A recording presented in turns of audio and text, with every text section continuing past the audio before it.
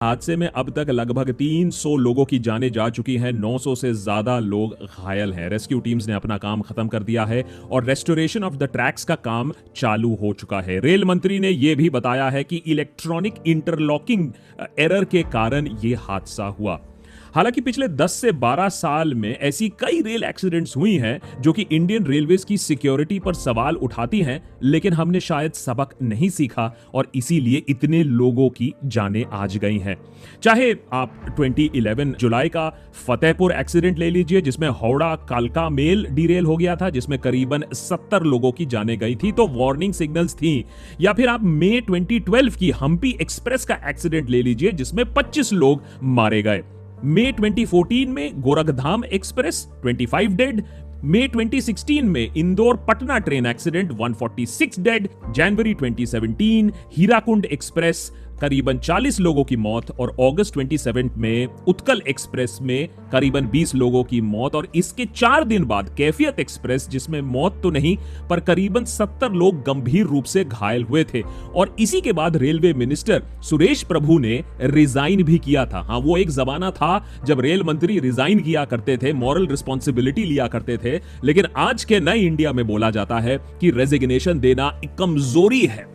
काफी बहस हुई है, नए सिक्योरिटी मेजर्स की बात काफी दिनों से चल रही है, ये आपने न्यूज में भी काफी बार देखा होगा।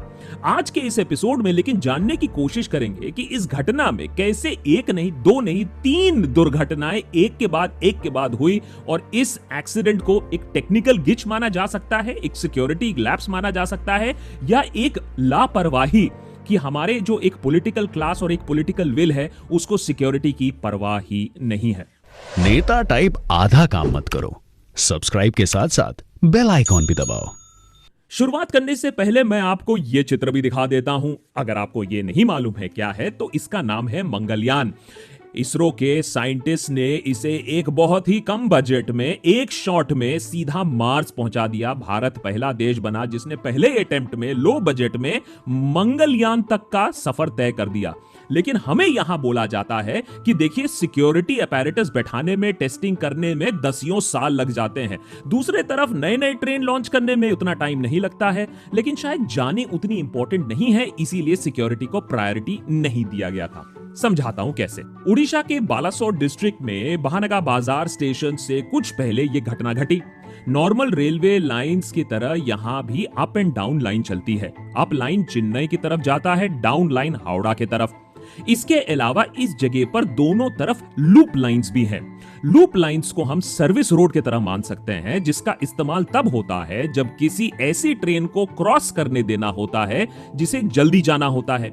अक्सर राजधानी या शताब्दी के लिए बाकी ट्रेन थोड़ी देर के लिए लूप लाइन में चली जाती हैं और तब ये हाई स्पीड ट्रेन पास हो जाती है और ये वापस फिर पटरी में आ जाते हैं। शालीमार से चेन्नई जाने वाली कोरोमंडल एक्सप्रेस अपने स्टेशन बालासोर से टाइम से निकल चुकी थी और अगले स्टेशन पर टाइम पर पहुंच भी जाती, क्योंकि बहानगा बाजार उसके स्टॉप तो था ही नहीं। इसी टाइम बहानगर बाजार स्टेशन से कुछ ही दूर पहले एक गुड्स ट्रेन लूप लाइन में खड़ी थी।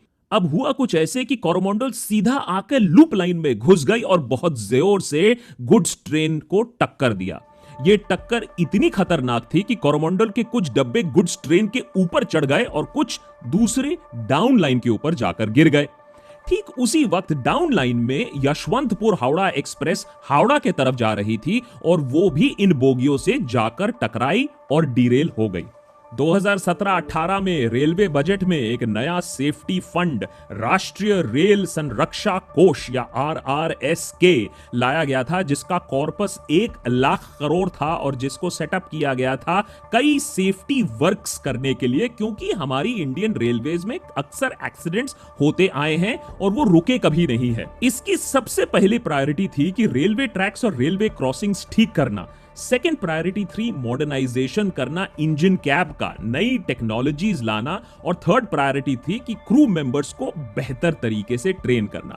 2017 से 2022 तक हर साल 20,000 करोड़ खर्च होना था इस सिक्योरिटी मेजर के लिए।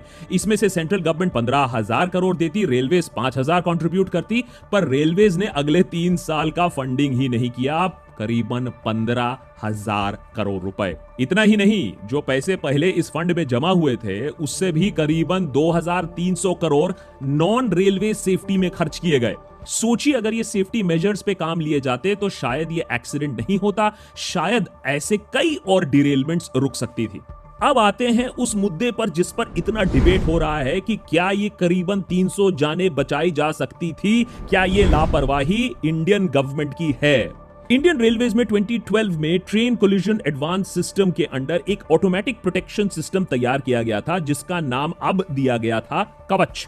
रेलवे मिनिस्टर अश्वनी वैष्णव के अकॉर्डिंग ये कवच सेफ्टी इंटेग्रिटी लेवल 4 सर्टिफाइड है, जिसका मतलब कवच लगाने से दुर्घटना होने की प्रोबेबिलिटी 1 in 10,000 हो जाती है।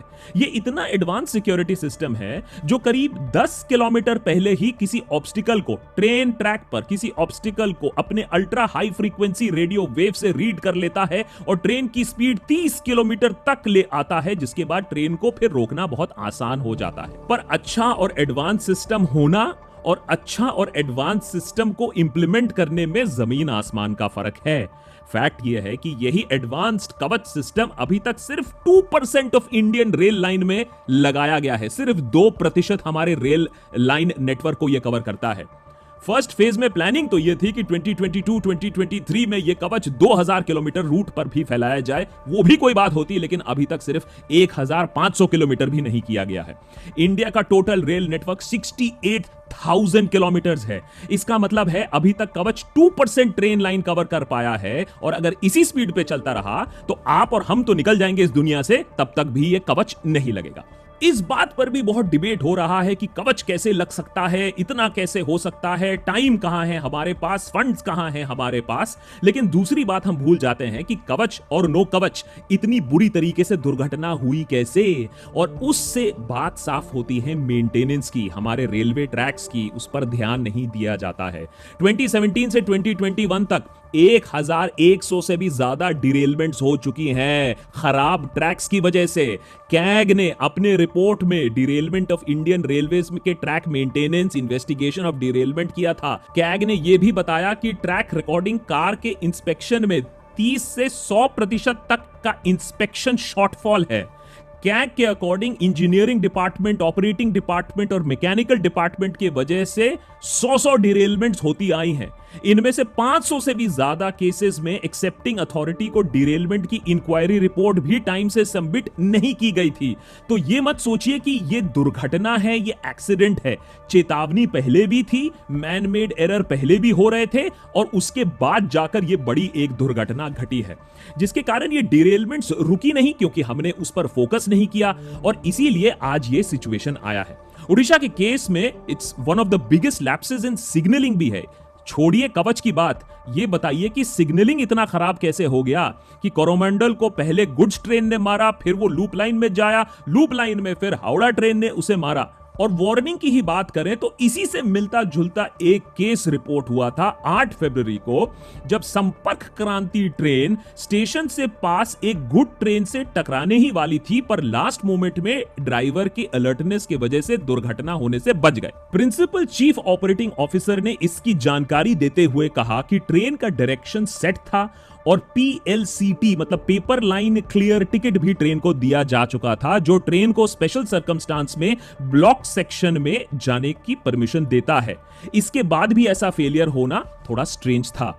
ऐसे में उस ऑफिसर ने पता लगाया कि सिग्नलिंग सिस्टम सही से काम नहीं कर रहा था, और जिसके कारण डिस्पैच रूट भी अपने आप ऑल्टर हो जाता है। अगर उस वक्त ट्रेन के लोको ड्राइवर अलर्ट नहीं होते तो एक भयानक घटना घट चुकी होती। यह फरवरी की बात है, पर उस समय सरकार यूपी, पंजाब, उत्तराखंड, मणिपुर, गोवा के इलेक्शन में बिजी थी। इस रिपोर्ट पर कोई खासा ध्यान नहीं गया। सिग्नलिंग जैसे बातों का कहां इंपॉर्टेंस है। अरे 80-20 करने में हम जुटे रहते हैं, अस वर्सेस देम में हम जुटे रहते हैं, देश को खतरा है बोलने में जुटे रहते हैं। अरे इंडियन रेलवेज को खतरा पड़ता है, क्या फर्क पड़ता है। सिग्नलिंग का फेलियर कोई हादसा होता है क्या? ये सब छोटी मोटी बातें हैं। और 2 इंडिया नहीं तो लेकिन 2 इंडियन रेलवेज हमें जरूर नजर आती हैं, क्योंकि एक तरफ जो इंडियन रेलवेज का कंडीशन हम आपको बता रहे हैं, लेकिन आपको मीडिया में उसका दूसरा पिक्चर मिलता है, जहां नए नए एकदम विशाल, एकदम विराट वंदे भारत ट्रेन लॉन्च किए जाते हैं। ट्रेन 18 के नाम से पहले बनी इस ट्रेन का नाम फिर बदलकर वंदे भारत कर दिया गया, क्योंकि वो पीआर के लिए बेटर होता, और अभी इंडिया के कई रूट्स में वंदे भारत ट्रेन चल रहे हैं। फोकस सरकार का यही था, नरेंद्र मोदी सरकार का यही था कि 75 इयर्स ऑफ इंडिपेंडेंस में 75 वंदे भारत पूरे देश में चलाए जाएं, चाहे कोच फैक्ट्री तैयार कर पाए ना कर पाए, चाहे ट्रेन लेंथ को छोटा करना पड़े, चाहे सारा रिसोर्स और फोकस सिर्फ वंदे भारत ट्रेन लगाने में ही किया जाए। और इसमें से ज्यादातर of course prime minister Narendra Modi he Vande Bharat train inaugurate करते हैं, रेलवे मिनिस्टर नहीं, प्रधानमंत्री इनॉग्रेट करते हैं। पूरा पीआर चल रहा है, गोदी मीडिया भी छाती पीट पीट कर वंदे भारत और मोदी मैजिक के गुण गा रहा है। वंदे भारत बनाने में सरकार को लगभग 120 करोड़ रुपए लगते हैं। जिस पेस से दुनिया आगे बढ़ रहा है, एक high speed, better technology, better comfort की जरूरत है, कोई इसमें शक की बात नहीं है। पर क्या एग्जिस्टिंग ट्रेन्स और रूट्स का बेटर होना जरूरी नहीं है? हम वंदे भारत और बुलेट ट्रेन्स के मामले में जापान से कंपीट करने की बात करते हैं, पर क्या हम जानते हैं कि जापान के अंदर अगर एक ट्रेन कुछ सेकंड भी लेट हो जाए तो वहां बवाल मच जाता है, और यहां 15 मिनट से लेकर 15 घंटे ट्रेन लेट होना आम बात है।